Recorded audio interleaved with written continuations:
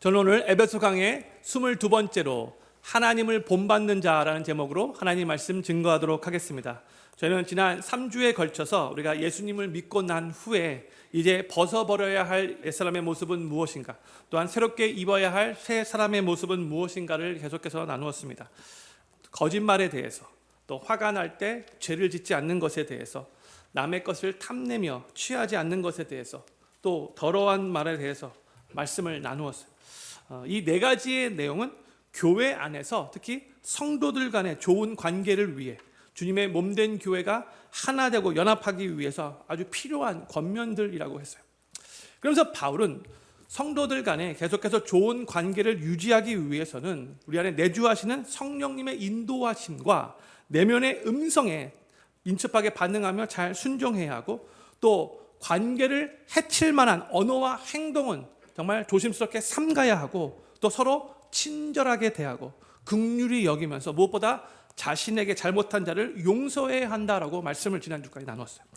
예수님을 믿는 우리 크리스찬들은요, 입으로 나는 예수님 믿습니다 라고 고백만 하면 다가 아니고요, 계속해서 예수 그리스도에게까지 자라는 그 성숙과 성화를 이루어 나가야 한다는 것이 성경의 가르침이에요.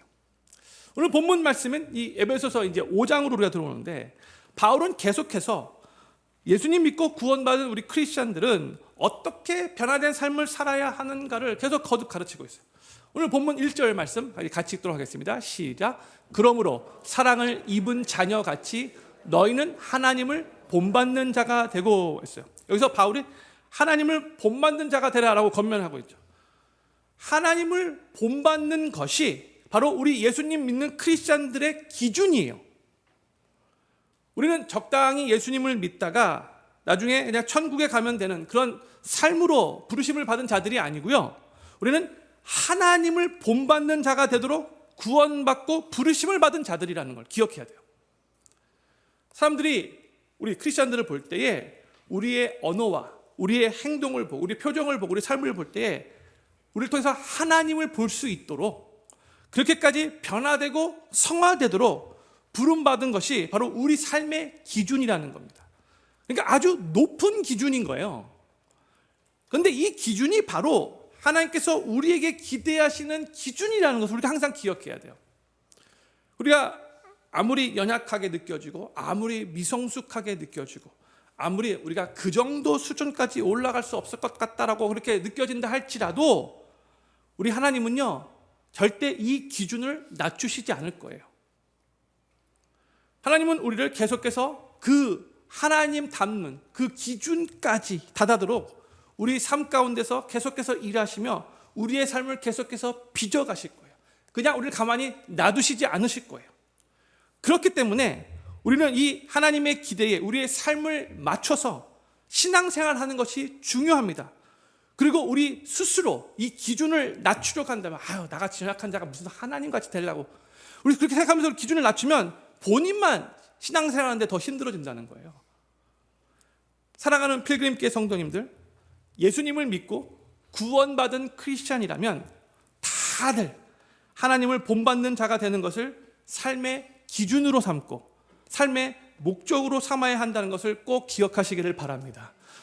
그러면 하나님을 본받는다라는 말은 무슨 뜻인가?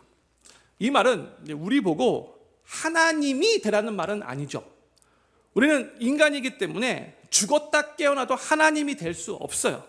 우리 하나님은 영이시고 하나님만이 유일하게 전지전능하시고 영원하시고 무소부재하시고 완전히 완전하신 분이시잖아요.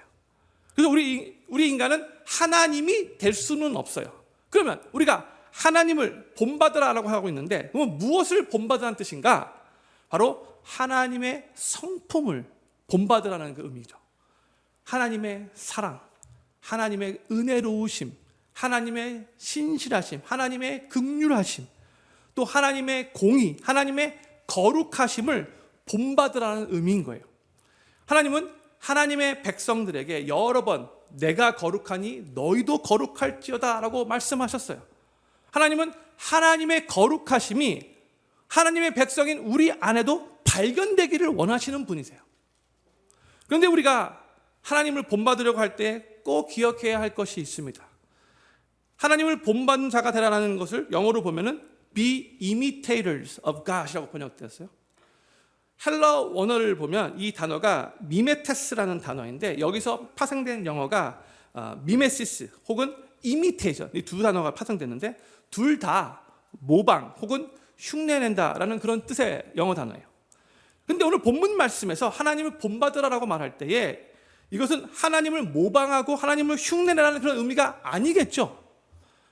하나님의 성품을 닮아가라라는 그런 의미인 거예요. 우리가 하나님을 모방하고 흉내내는 것과 하나님을 닮아가는 것에는 큰 차이가 있다는 걸 우리가 기억해야 돼요.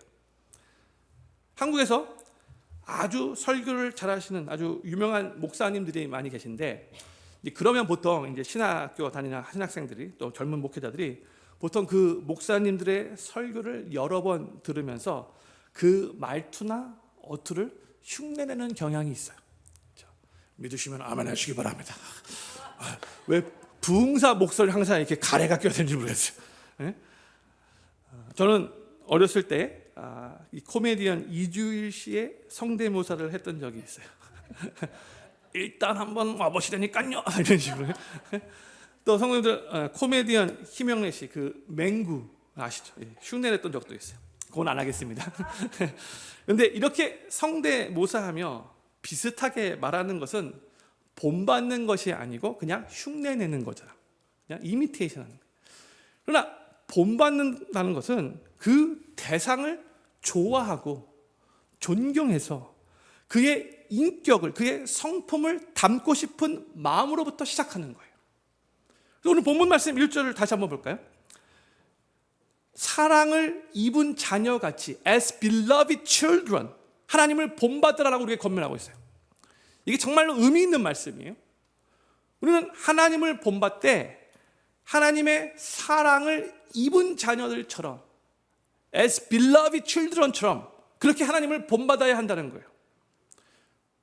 성도님들, 누군가를 정말로 닮는다는 것은 먼저 그 대상과 인격적인 사랑의 관계가 형성이 되고 나서야 가능해지는 거 아십니까?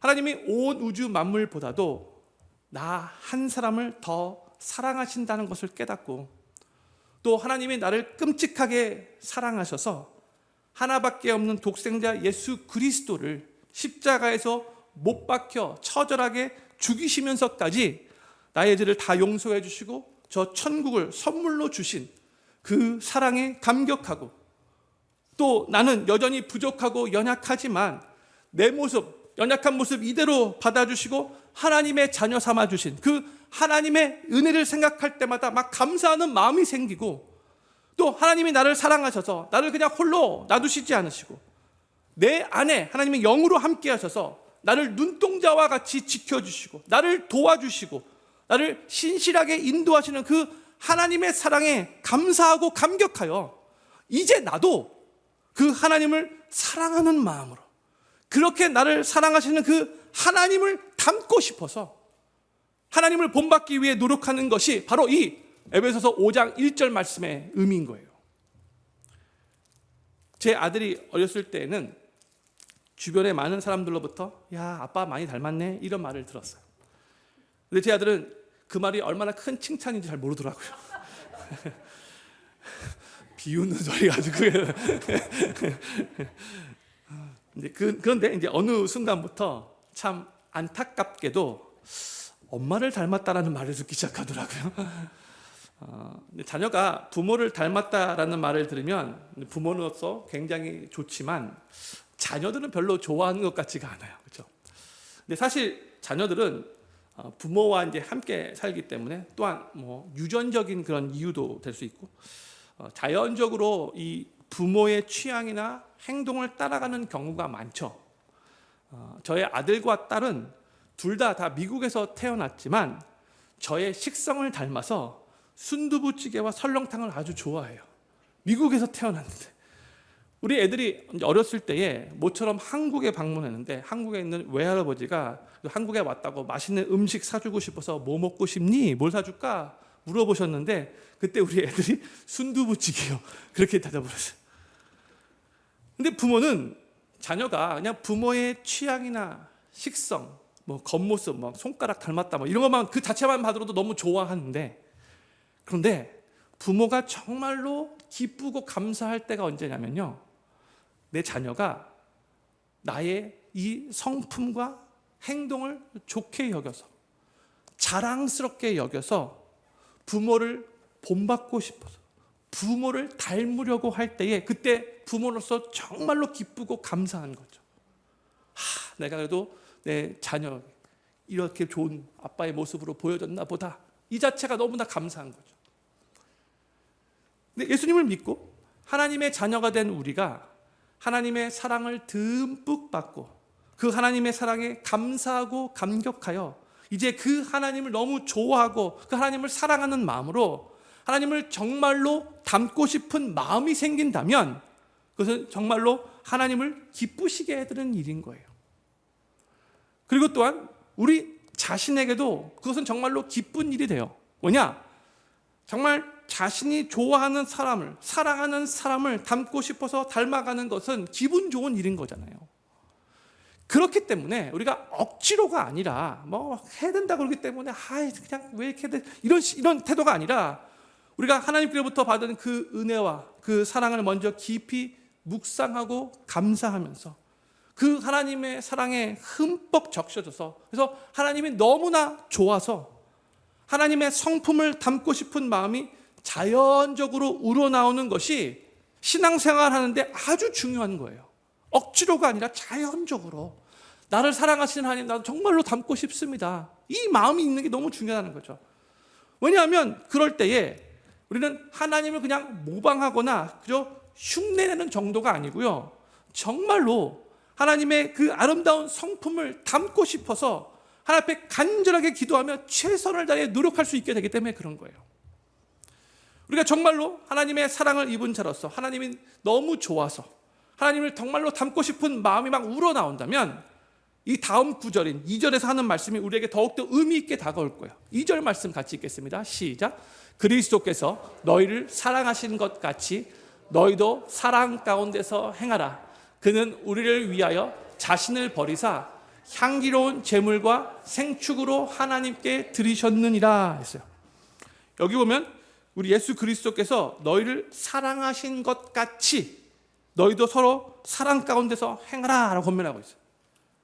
그러니까 그리스도의 사랑을 먼저 받은 자로서 이제 우리는 그 사랑 가운데서 행하는 삶을 살아야 한다는 거죠. 성경을 보면요, 사랑에 대해서 여러 정의를 내리고 있어요. 특별히 고린도전서 13장 말씀을 보면 사랑을 15가지로 정의를 내리고 있는데, 사랑은 오래 참고, 사랑은 온유하고, 사랑은 시기하지 않는다, 이렇게 정의를 내리는데, 그런데 사랑을 한마디로 요약해서 말하자면 뭐 여러 가지로 정리할 수 있겠지만 저는 이렇게 요약하고 싶어요. 사랑은 내가 아니라 상대방을 먼저 생각하는 것이다. 이게 사랑이라고 할 수 있어요. 사랑은 내가 아니라 상대방을 먼저 생각하는 거예요. 사랑은 나 자신보다도 남을 먼저 배려하는 것을, 이것이 바로 우리 예수님이 친히 우리들에게 보여주신 삶이고요, 또한 우리 기독교의 핵심이고 중심 내용이라고 말할 수 있어요. 저희가 그동안 거짓말하지 마라, 화를 내어도 죄를 짓지 마라, 남의 것 탐내며 취하려고 하지 마라, 더러운 말 하지 마라, 이런 말씀을 나누었잖아요. 근데 이런 말씀들도 결국 다 사랑 가운데서 행하라라는, 정말 상대방을 먼저 생각하라는 그런 말씀인 거죠. 나를 위해서가 아니라 우리가 하나님을 사랑하기 때문에, 또한 하나님이 우리 주변에 붙여주신 형제 자매를 정말로 사랑하기 때문에 그 사랑 가운데서 이제는 나의 유익을 위해 남을 속이는 거짓말을 하는 것이 아니고, 내가 화가 나는 그 상황 속에서도 막 성질 부리며 막 큰 소리 치는 것이 아니고, 내가 갖고 싶다고 해서 남의 것을 탐하며 취하는 것도 아니고, 또한 상대방에게 상처가 될 만한 것은 삼간다는 거예요. 사랑하기 때문에, 사랑이 베이스가 되어서, 이것이 바로 사랑 가운데 행하는 삶이고, 또한 하나님을 본받아 하나님을 닮아가는 삶을 사는 거죠.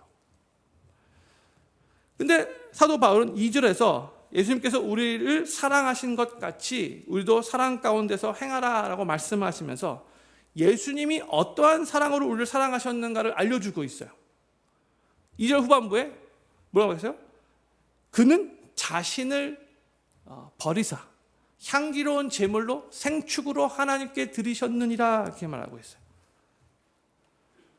이 말은 예수님께서 하나님이 기뻐 받으시는 향기로운 희생 제물이 되셨다라는 말이고요.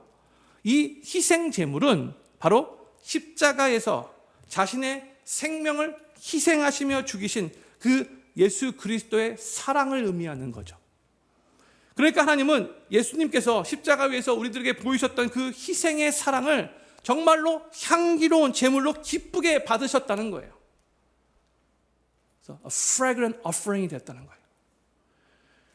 예수님께서 십자가 위에서 자신의 생명까지 희생하시며 우리를 사랑하셨는데, 이제 우리는 그 예수님의 그 십자가의 사랑을 본받아 바로 그 사랑 가운데서 우리 형제 자매들, 이웃들을 그렇게 사랑하는 삶을 살아야 한다는 거예요.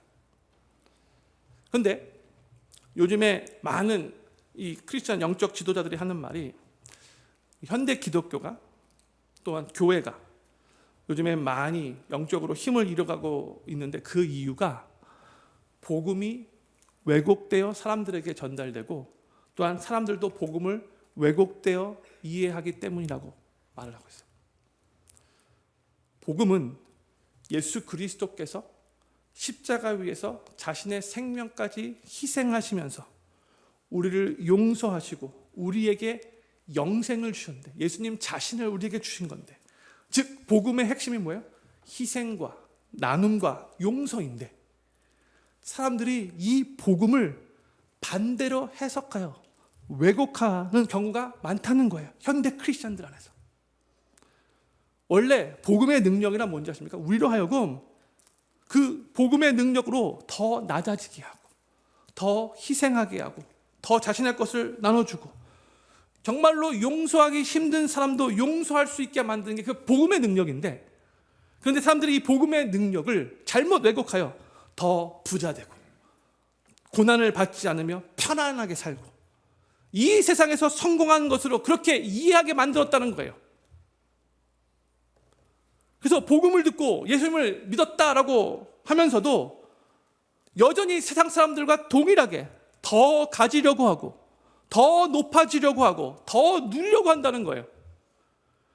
그런데 이것은 하나님이 기뻐 받으시는 향기로운 제물이 아닌 거죠. 원래부터 예수님이 우리들에게 보여주신 그 본이 아닌 거죠. 초대교회에 나타난 복음의 능력은 누림이 아니라 나눔이었어요. 자기 자신을 희생하면서 나눌 때에 그때 초대교회는 부흥했고요. 하나님의 강력한 역사하심이 눈으로 증거되었어요. 보였어요. 그런데 교회가, 교인들이 오히려 더 가지려고 하고 더 누리려고 하고 더 높아지려고 하고 더 편해지려고 하면서부터 이 복음의 내용이 변질되었고요. 그래서 교회는 주님의 능력을 점점 상실하게 되었어요. 사랑하는 필그림교회 성도님들, 복음의 핵심은 예수 그리스도의 십자가의 사랑으로 희생하고 나눠주고 용서하는 것임을 믿으시기 바랍니다. 이게 복음이에요. 우리가 사람들과의 관계에서 문제가 생길 때에도 우리는요, 이 복음의 이 핵심 내용으로, 이 복음의 정신으로, 십자가의 사랑으로 돌아가야 돼요. 그래서 더 희생하고 더 나누고 더 용서하면서 이 문제들을, 사람들과의 관계에서의 문제들을 해결해 나가야 하는데, 도리어 우리는 많은 때에 오히려 세상 사람들과 똑같이 힘으로, 혈기로, 감정으로, 나 중심적인 생각으로 그렇게 문제를 해결하고 한다는 거예요. 복음이란 삶은 사람들과의 관계적인 문제에서 나의 방법으로, 나의 혈기로 하나님 저들을 이길 수 있도록 나에게 힘을 주십시오라고 그렇게 기도하는 것이 아니고요.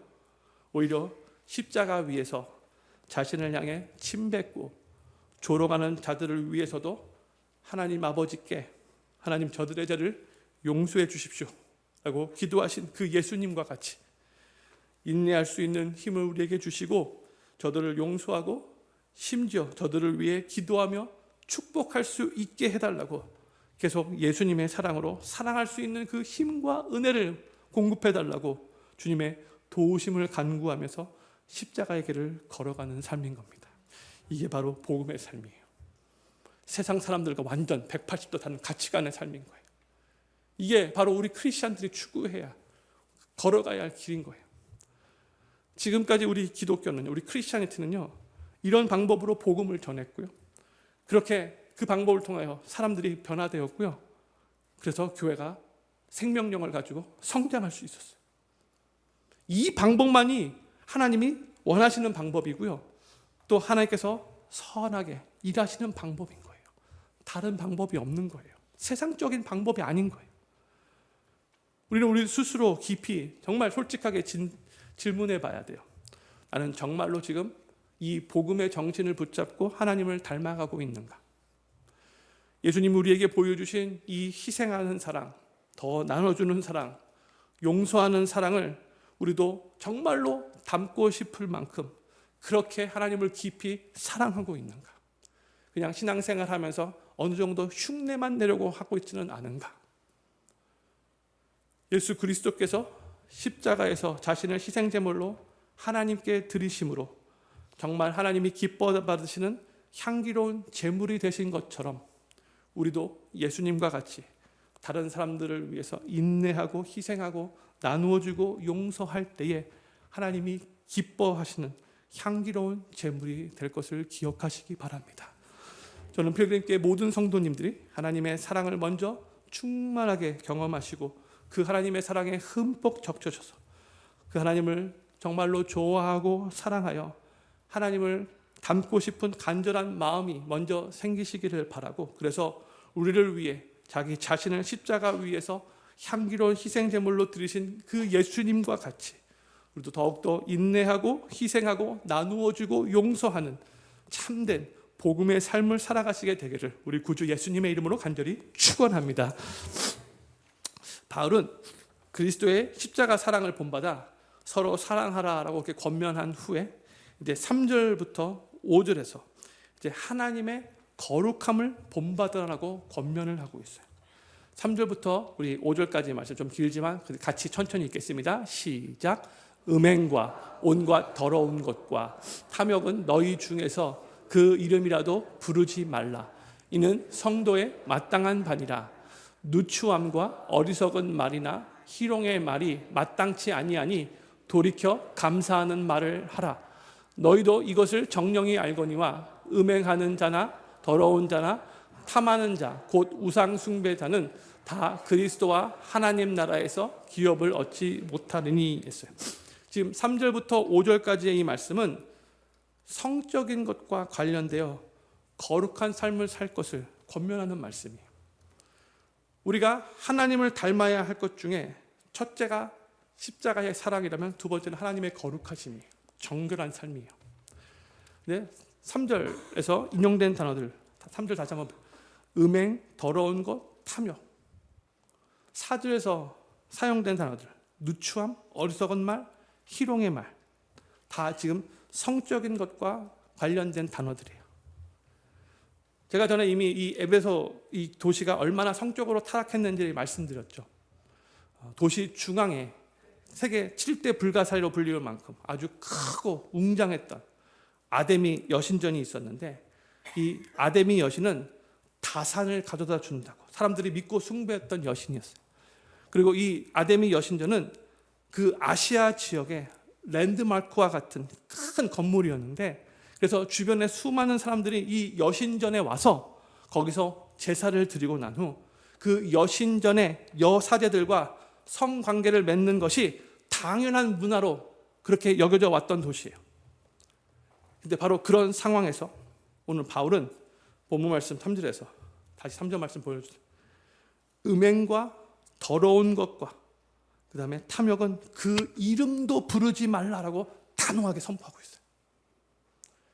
여기서의 탐욕은 다른 사람의 아내, 다른 사람의 남편을 탐하고 욕정을 의미하는 거예요. 그리고 4절 말씀, 성도가 말해서는 안 되는 세 가지 말에 대해서 가르치고 있죠. 느추함과 어리석은 말과 희롱의 말. 이런 말들은 정말 부끄러움을 모르고 음란하고 추잡한 말들, 정말 영양가 없는 성적인 농담들, 이 음담패설을 의미하는 말들이에요. 그런데 이런 말들은 아예 하지도 말라. 이게 마땅하지 않대. 크리스천으로서 도리어 감사하는 말을 하라고 가르치고 있어요.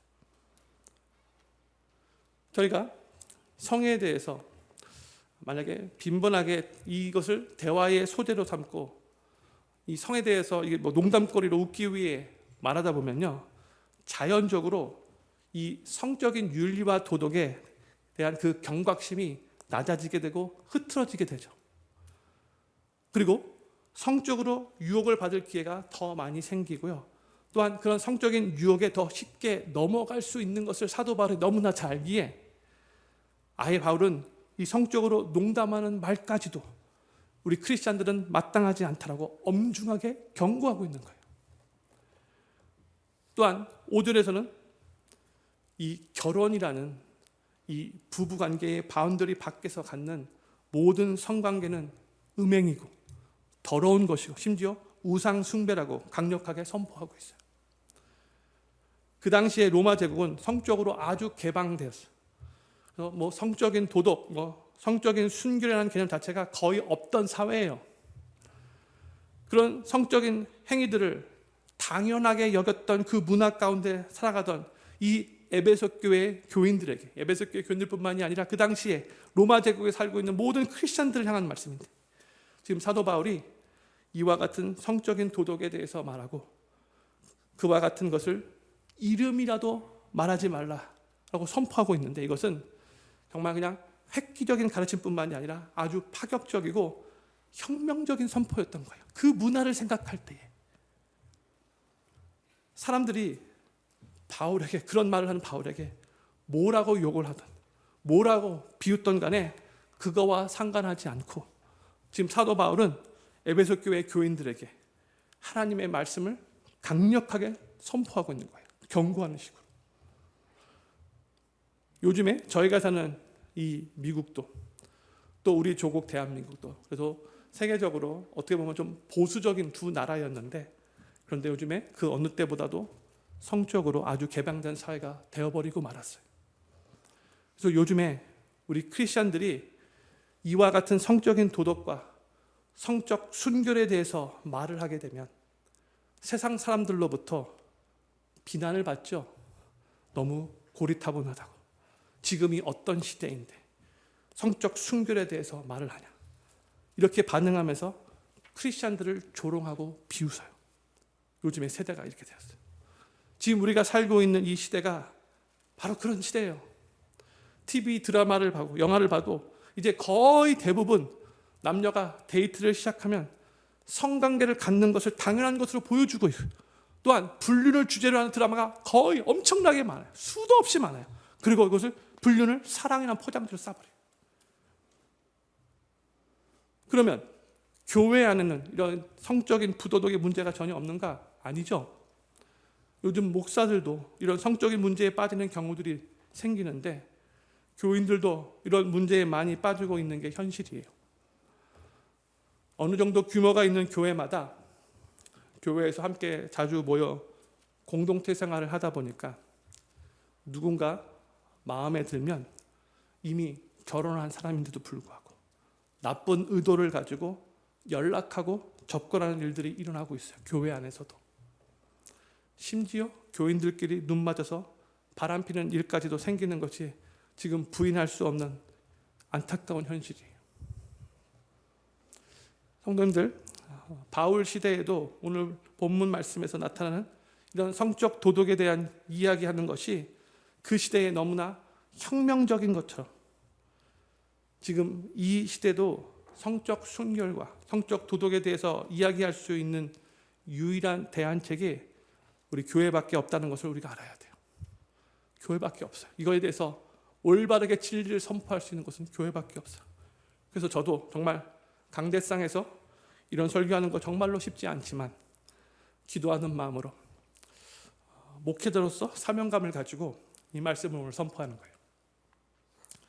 요즘에 정말로 인터넷이 발달되어서 수많은 사람들이, 많은 남자들이 음란물에 빠져 있어요. 수많은 크리스천들도, 심지어 목회자들도 포함되어 있어요. 통계를 보면 놀랄 정도예요. 정말 얼마나 진실되게 그 통계 때 말했는가도 모르겠어요, 솔직히. 바로 오늘 본문 말씀에서 성적인 농담과 음담 패설의 그 말을 하는 것이 성적인 도덕에 대한 이 경각심을 낮아뜨리고 흐트러지게 하는 것이기 때문에 아예 그런 말까지도 삼가라고 강력하게 권면하고 있는데, 이 음란물의 문제는 성적인 도덕과 순교를 위해서는 더욱더 심각한 문제인 거예요. 음란물을 보고 하나님 앞에 예배에서 나올 때 하나님 앞에 온전히 예배를 드릴 수 있겠습니까? 그리고 음란물에 이미 중독된 사람들은, 상당히 많은 사람들이 중독되어 있다고 하는데, 그 중독에서 빠져나오기가 담배를 끊는 것보다 더 힘들다고 해요. 엄청나게 힘들다고 해요. 성도님들, 혹시 음란물의 문제를 갖고 계시는 분이 계시다면 정말 이것을 놓고 먼저 하나님 앞에 회개하셔야 돼요. 회개하셔야 돼요. 이거 올바른 거 아니에요. 그리고 하나님께 도와달라고, 자유함 받게 해달라고 기도하셔야 돼요. 최선을 다해 노력하셔야 돼요. 우리 자녀들이, 우리 부모가 그런 것을 보고 있다는 거 한번 딱 본다고 생각해 보세요. 창피한 거 아닙니까? 기도하면서 노력했는데 혹시 넘어졌다면 다시 회개하고 다시 눈물로 하나님 도와주십시오 기도하면 또 그 일 또 하셔야 돼요. 계속해서 치유함 받을 때까지 하셔야 돼요. 정말이에요. 심각해요, 요즘에. 그리고 하나님께서 이미 짝지어 주신 부부끼리, 이 부부가 더 깊이 사랑해야 되는 거예요. 더 깊이 사랑하고 더 친밀하게 하나 되기 위해서 정말 둘 다 최선을 다해 노력해야 돼요. 교회가, 예수님을 믿는 성도들이 이 세상의 풍조에 휩싸이는 것이 아니라 먼저 이 성적인 도덕의 중요성을 회복하고, 뭐 다 그런데 어쩔 수 없지, 아니에요. 하나님 말씀 붙잡아야 돼요. 각자 성적 순교를 하나님이 명령하신 그 말씀으로 소중하게 받아들이면서 각자의 삶에서, 또한 각 가정마다, 특히 우리의 자녀들이 더욱더 성적으로 거룩한 삶을 살게 되기를, 성적으로 순결하게 되기를 우리 구주 예수님의 이름으로 간절히 축원합니다. 바로 이제 6절과 7절에서 이런 말씀을 이어서 권면합니다. 6절과 7절 말씀 같이 읽겠습니다. 시작. 누구든지 헛된 말로 너희를 속이지 못하게 하라.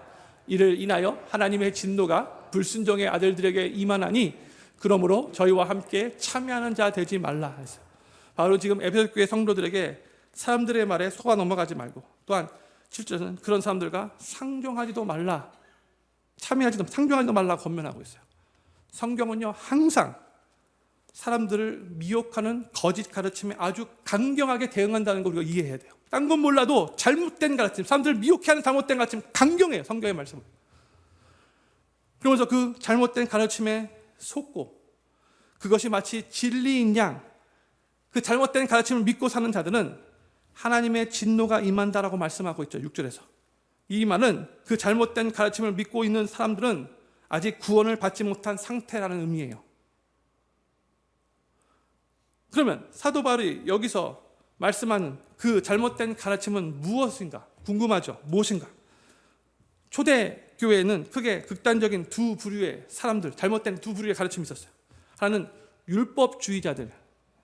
율법주의자들은 율법을 지킴으로 구원받는다는 것을 주장하는 사람들이었어요. 이들은 유대인들이나 유대교를 신봉하던 자들로서 예수님을 믿는다 할지라도 여전히 율법을 지켜야지만 구원을 받는다고 강력하게 주장했어요. 완전 잘못된 가르침이죠. 바울이 이런 가르침에 흔들렸던 갈라디아 성도들에게 그 잘못된 가르침에 현혹되지 말라고 You fool Galatians 하면서 강력하게 갈라디아서 쓴 거예요. 왜 그런 잘못된 가르침에 현혹됐냐고 그랬어요. 성경은 항상 잘못된 가르침에 강력해요. 두 번째로 또 다른 극단주의자들이 있었는데, 이거는 반율법주의자들이었어요. 반율법주의자들. 바울이 아마 오늘 본문 말씀에서 바로 이들을 염두에 두고 말씀하지 않았는가.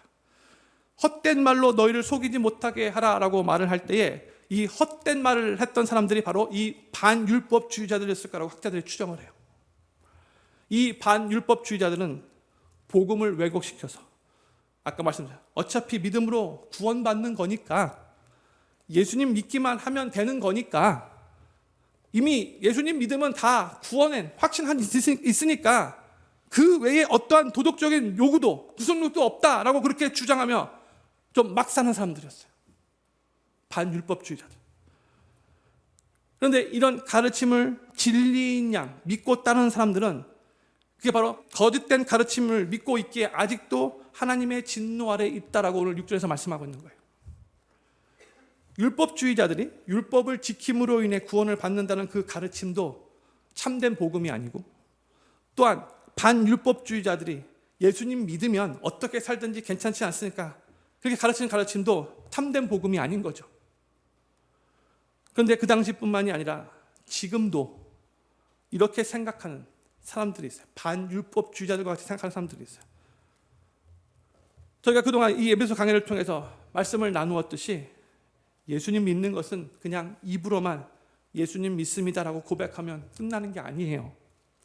예수님을 정말로 믿으면 이제 인생의 주인이 바뀌는 것이고, 그래서 내 삶의 목적과 가치관도 자연적으로 바뀌게 되는 것이고, 또 이제 예수님 믿는 성도 안에 하나님의 영, 성령님이 내주하셔서 그 성령님의 도우심으로, 성령님의 인도하심 가운데 살아가는 것이고, 예수님을 믿으면 완전 새로운 생명으로 거듭나는 것이기 때문에, born again 하는 것이기 때문에 더 이상 똑같은 삶을 살 수가 없는 거예요.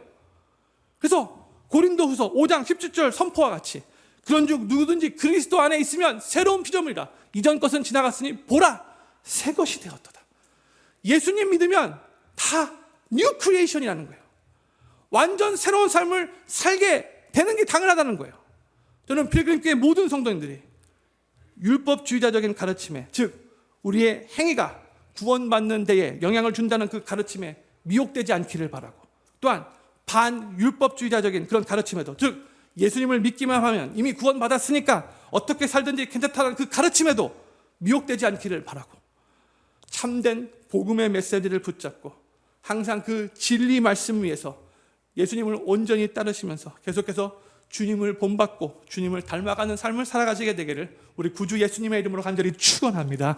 우리 같이 자리에서 일어나셔서